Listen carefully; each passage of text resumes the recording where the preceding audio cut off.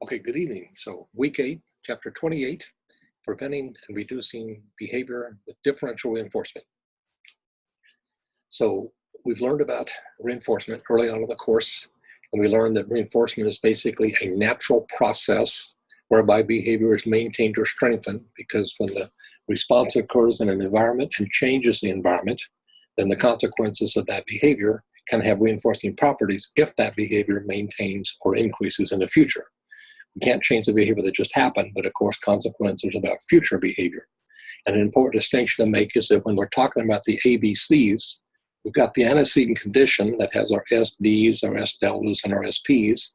And that antecedent condition is what we're responding to that evokes the behavior, and that behavior then produces a change in the environment. So whatever was the antecedent condition is changed by the behavior as a consequence of the behavior. And it's the properties of those changes that either have reinforcing properties or not having reinforcing properties, which is related to today's concept.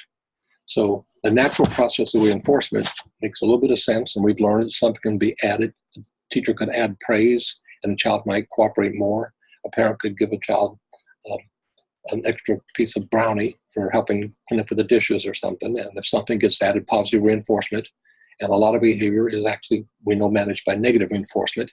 If the antecedent condition is I have a headache, and I take an aspirin, so I have Motrin, the consequence is the headache goes away. So that was my negative reinforcement because I had encountered an aversive antecedent conditions. I engaged in the behavior, and the behavior of taking the pill is not what was added. That was the behavior of pill taking.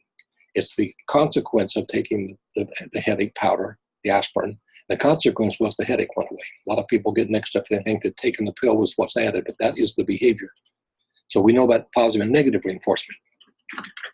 Now, the other part, we've had a chapter before on extinction, and extinction, just by definition, is the absence of any reinforcement. Let me fix that. So if we look at reinforcement on a schedule all the way from the continuum of continuous reinforcement for reinforce every correct response, all the way to the far end of reinforce no responses, that's extinction. So all the way across the reinforcement the continuum is reinforcement for everything all the way to nothing. And in between them, we have the reinforcement schedules for intermittent reinforcement. And what we're going to talk about today is using the reinforcement side of the reinforcement schedules. Remember that reinforcement schedule is a rule about when to reinforce. And we're going to use the extinction part of the schedule, which is when to not reinforce. So reinforcement is not supposed to occur under extinction. It is under the other schedules. That although extinction is a schedule of no reinforcement. And the advantage of differential reinforcement is we take those two processes that we know about, we've used them. Again, they're natural processes of reinforcement extinction. When we do them systematically, then they are procedures that result in more behavior for reinforcement. And if you don't reinforce behavior, put an extinction, that behavior will usually burst a little bit and then it'll die down, it'll decrease. So the goal of the reason for using differential reinforcement is to prevent problem behavior, redirect it, get something else. So when we talk about using differential reinforcement, that means we're going to use reinforcement differently. And that means it's going to be guided by the idea that we have a problem behavior. So when you use differential reinforcement, the thing to keep in mind that differential reinforcement is a behavior reduction procedure. It's designed to lower the occurring rate, frequency, duration, magnitude, to lower the rate, one of those dimensions of the behavior, because it's a problem. And by lowering the rate, in order to lower the rate, we stop reinforcement. So the reason that differential reinforcement is a behavior reduction procedure is because of the extinction component. If we simply want more behavior, we use some form of reinforcement. If we use differential reinforcement, it means the target is a problem and we want that behavior to happen less. So we're going to try to find one of the strategies of how to reinforce something else besides the problem and put the problem behavior on complete extinction. And once again, technically, we don't extinguish the person. We don't put the person on extinction. We put the behavior on extinction. So we already know extinction means you don't provide reinforcement. Reinforcement, you provide some scheduled reinforcement. It could be some intermittent schedule. It could be fixed or variable. It could be time-based, fixed or variable. So with differential reinforcement, once again, the target behavior is to get no reinforcement. And here are the variations you'll learn about differential reinforcement of the chapter. as I said, differential reinforcement is the combination of extinction and reinforcement. DRA, it refers to differential reinforcement of an alternative behavior. And the time you would do DRA would be, since all behavior has a function, the behavior is happening because it's functional for that person, it's matching law. Behavior goes where reinforcement flows, and if I'm fussing up and I'm fussing about something and I get out of it, I'll be reinforced for that. If I'm tantruming and someone says you don't have to do that, I get out of it, I'll be reinforced for that. So with differential reinforcement, we're looking for the function. And if a child, for example, in school is going, teacher, teacher, call on me, teacher, teacher, the calling, they're distracting, it's distracting people, then they realize that's a problem behavior, the teacher can't concentrate. Now, it's okay to get the teacher's attention because that's the function of that, but not that way. So what we do is we say, okay, we're going to put that behavior of waving the hand and calling out on extinction, and we're going to tell the student, when you want the teacher's attention, raise your hand, hold it still, wait quietly, and look at me, wait for me to call on you. So we're going to teach an alternative replacement behavior that will still meet the same function. So the deal when you see DRA is, if the function is to get attention or to get access to something or even to get a break, those are okay functions, but not for that behavior. If you want a break, you need to say, break, please, not tear the material up or not flip the desk over or not run away. We need to ask for the break, teach them how to ask for the break. So the alternative means I can still meet the function of that behavior, and function-based treatments are much more effective. I think the research shows 85 to 87% of function-based treatments are effective. There are still some that are multiple function. Those are harder to solve. So DRA, identify the function, teach the replacement behavior, because if we just put that problem behavior in extinction, that behavior is going to find somewhere to go, and it won't necessarily go where you want. So we put it in extinction, we teach the alternative replacement behavior, we put it on a continuous schedule to get it in the repertoire, then we start to thin the schedule, maybe to an FR2, an FR4, then we move it over to like a VR4, VR5, to move it into what a natural environment schedule would be. So differential reinforcement, it meets the function. One of the disadvantages is that it can take a while for that replacement behavior to come in. So there can be a bit of a delay till the person learns to use the other behavior, because the fact that it's a problem, what they're doing now, means it's pretty strong in the repertoire. So that's going to be their go-to till we manage to put that behavior in extinction, not provide any reinforcement, and get the alternative to occur. The other thing is we're looking for that alternative, which means some other behaviors may pop up that aren't the replacement, but since they're not getting reinforced because we're trying to focus on the alternative, once in a while other good behaviors get their reinforcement schedule gets thinner. So always stay alert to what we're paying attention, when people are getting access, how they're avoiding behaviors, watching for the function, watching for those different behaviors so we can keep the right ones in the repertoire, strengthen the good ones, and replace the inappropriate ones. The next level of differential reinforcement is called DRI, and that refers to incompatible. Now, sometimes we just can't meet the function of the behavior.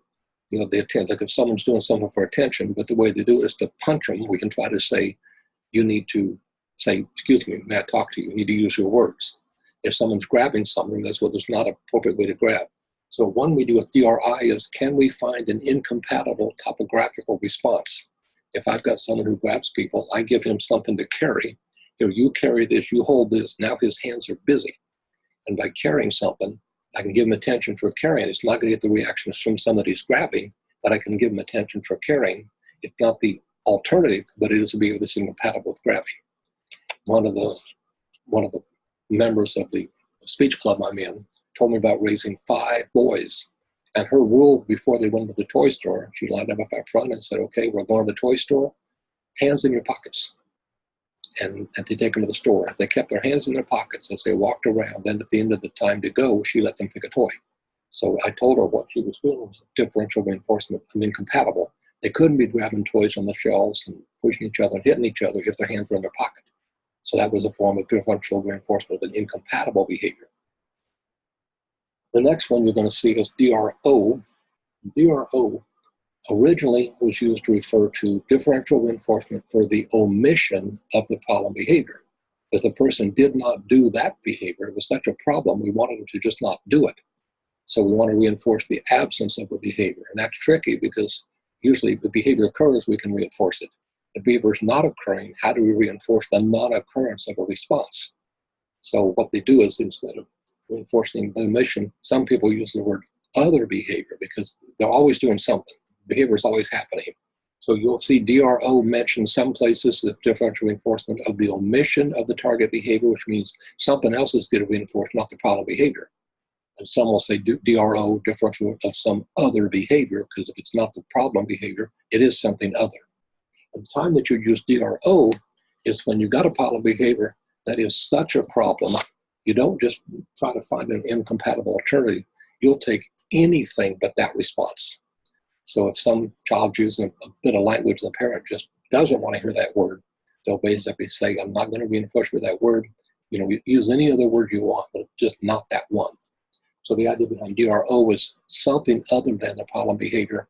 And that means I'll take almost anything as long as it's not that problem, that behavior or something worse.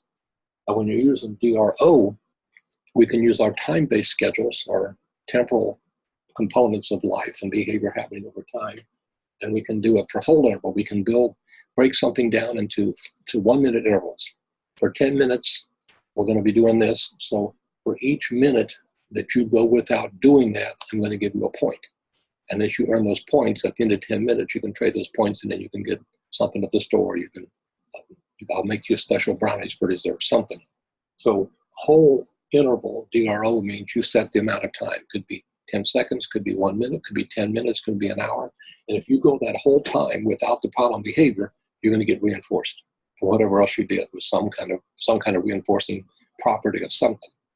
The other is to use momentary. So if the behavior is happening randomly, it's a problem. We're going to just make the statement, make the rule that if I look up at the moment that I'm looking and I'm seeing it, it's not happening. The problem's not happening, but something else is happening, any other behavior, I'll reinforce that. So either set a period of time, or just if I look up and I see you're not doing it, that's okay. I'll reinforce you, high five, stickers, points, whatever the reinforcer is. Another DRO is progressive, because if that problem behavior is in the repertoire and it's strong, it's been working for that person, for that particular person that has functional properties, it's reinforcing, they do it, they like it, at least it's working. The fact that they're doing it means it has some reinforcing properties. So DRO progressive is where we're going to basically gradually shape the time they go. And say, go without doing that problem behavior for 2 minutes, and then you'll get this treat. Next, go for 3 minutes. Next, go for 4 minutes. So you're basically shaping the amount of time, expecting more and more time. To just knock it off completely is tricky. It's like if someone's trying to stop smoking, and to stop cold turkey is supposed to be the best way, but it's hard. So sometimes I say, well, I'll just allow myself to take, if I want to, I'm going to say that for DRL. I'm sorry, I shouldn't have brought that up yet. Back to progressive. You're progressively raising the amount of time that behavior has to be absent. So that's differential reinforcement for other behavior, the omission, either set amount of time whenever I happen to see it, or once you get it under control, gradually increase to go without that problem more and more. Next to that, I have DRL. I meant to use this for cigarettes. If someone's smoking and they want to cut back, they say, I don't want to quit, but I just smoked too many, then we're going to start with whatever their baseline is, and we're going to lower that a little bit and say, okay, if I do progressive, I would say only smoke 18 cigarettes instead of a pack, and the next time smoke 60, and then smoke 14. And I want to pick a lower limit. If I just flat say no more than 2, then I pick the lowest limit. I just said no more than 2. That's DRL. If I want to bring it down, this is hard to see, this is DRD. If I want to bring it down, like I was just saying, gradually, I will then use differential reinforcement for diminishing behavior. So actually, this is the one for doing 18 cigarettes, 16, 14, 12, gradually bringing it down till I get it either gone or low enough that I can move it to. You can only do this twice in an hour. I like to use the classroom example of a student wanting to be called on every time the teacher raises a question. And she will say, it's okay to raise your hand, it's okay to get called on, but I have to give other students a turn. So I will let you answer questions if you ask only no more than 2 in 5 minutes. So I'm kind of putting a time frame in there. 2 questions in 5 minutes. You have to go to the rest of that time with no more questions. So it's okay to do it, but I want a lower limit. This child's raising his hand, calling out every time. I teach him the alternative, raise your hand and wait. So he raises his hands and wait. But if I leave him waiting too long, he's going to act out. So I've got to get it in the repertoire. Then I start gradually diminishing it down to the lower weight. Instead of 2 questions in 5 minutes is plenty because I've got several other students and they get a turn. And that's differential reinforcement of lower weight. So those are the main uses of differential reinforcement the chapter is going to talk about. And again, the target behavior is being put on extinction. That behavior is supposed to get no reinforcement, and I gradually can reduce behavior by either teaching an acceptable alternative replacement, reinforce something else to do. Sometimes a child might want to play with a certain toy, it's just not available, so you've got to find something else to do, and that can gain some reinforcing properties. But something else can become reinforcing after a while with enough attention, enough properties. And then DRO something else, either the whole moment, whole time, a whole set time at the moment, or gradually raise the time. Lower the rate, just set the lower limit and say this is it, no more than this, and reinforce it. The other thing you'll see on the chapter is called the good behavior game. And this is a game teachers play. I taught this to elementary teachers when I used to run a school. The idea is you tell the students we're going to play a game here, and I'm going to break you into teams. So we'll have team 1, team 2, and each time you do something good, I'm going to give you points. So as the team 1 players are earning their points, they're trying to get more points than team 2, so they're competing to give good behavior. So who gets the most good behavior, that's who gets a reward. So you'll read in the end of the chapter about the good behavior game, where the teams are kind of competing to give you the best behavior that's good for a group model. And that's basically going to be putting the problem behaviors on extinction, but giving attention for the appropriate responses, the cooperation behaviors in that group, in that classroom, in that setting. So that's a quick overview of the concept of differential reinforcement. You're probably using this in various forms that you may or may not recognize. And if you look around, you'll see this is common behavior naturally. Certain behaviors naturally get ignored and they drop off, which means other behaviors get reinforced. Those are the ones that get strengthened. So these are two, as I say, familiar friends of ours we've known from before. And now they're put together in this chapter how we're using 2 procedures. And this has come up before, that when you are replacing a behavior, it's rare that just one procedure alone will do it. We're often combining some of these strategies and these protocols to try to get good behavior, redirect to better behavior, teach incompatible behavior, teach alternatives, and combine the procedures. So here we're simply combining 2 natural processes, putting them into a procedure, and we're calling that differential reinforcement. You're going to reinforce the target behavior differentially. Again, the target is there to be lowered, if not eliminated. DRD, you could take it all the way down to nothing. I think you'll find the chapter pretty straightforward, and it's not a really long chapter, which will be nice because we're coming up on the last weeks. Just one more reminder that week number 10 will be chapters 30 and 31. So that's a little bit of extra work for you. But if you know in advance, you might get a jump on that and get some breathing room so you can review the 10 chapters before the final. Let me stop there and see if we have any comments or questions. Let me check, make sure I've got everybody credit for being here. Yes. All right. You all have credit for attendance. Do we have any comments or questions?